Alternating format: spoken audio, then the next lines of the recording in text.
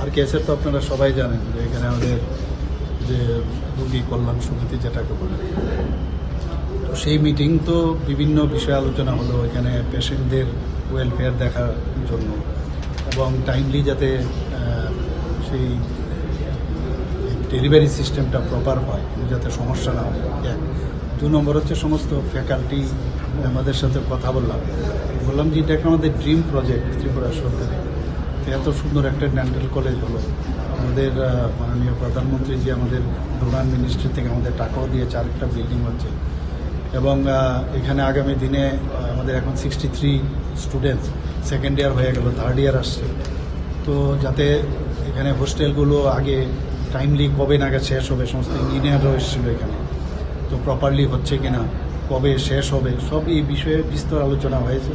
আমি সেটাও বলেছি আগামী দিনে যাতে এমডিএস এবং যারা ইন্টার্ন থাকবে তাদেরও অ্যাকোমোডেশন জন্য ওই মাথায় রেখে যেন বয়েজ এবং গার্লস হোস্টেলটা হয়, এবং এমডিএস যারা পোস্ট গ্রাজুয়েশন হবে তাদেরও যাতে প্রপারলি তাদের অ্যাকোমোডেশন হয়। এটা গেল একটা দিক।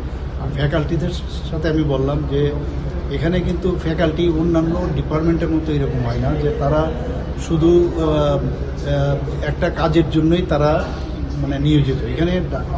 এখানে যেহেতু একটা ইনস্টিটিউশন, এখানে এক তো লেখাপড়াও ওনাদের করাতে হয়, ওনাদের স্টুডেন্টদের দেখতে হয়, আবার আরেক দিক দিয়ে ওনাদের ট্রিটমেন্টও করতে হয়। কিন্তু আমি এটাও বললাম যে পাশাপাশি অন্যান্য যেসব এই কলেজকে যাতে ভবিষ্যতে আরও ভালো করা যায়, কারণ এটা প্রথম দিকে যদি আমরা নেম অ্যান্ড ফেম আমরা আনতে পারি তাহলে সমস্ত ভারতবর্ষের কিন্তু এটা চারিদিকে ছড়িয়ে পড়বে, তাহলে মানুষ আগরতলা গভর্নমেন্ট ডেন্টাল কলেজ সম্পর্কে জানবে। তো ওনাদেরকে আমি বললাম যে আপনারা একটু সিরিয়াস যদি হন এবং এটাকে মানে খুব সিনসিয়ারলি কাজটা করবেন।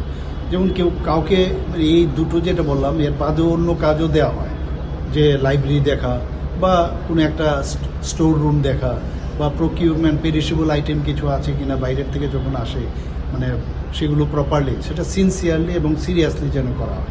তো বিস্তর আলোচনা হয়েছে। পাশাপাশি এখানে আইজিএমেরও, যেহেতু এখানে আইজিএম হসপিটালে এখানে আছে, ওনাদের সাথে কথা হলো, ওনাদেরকেও আর কেসের বিষয়ে আলোচনা হয়েছে। তো ভবিষ্যতে ওনাদেরকে নিয়ে আমি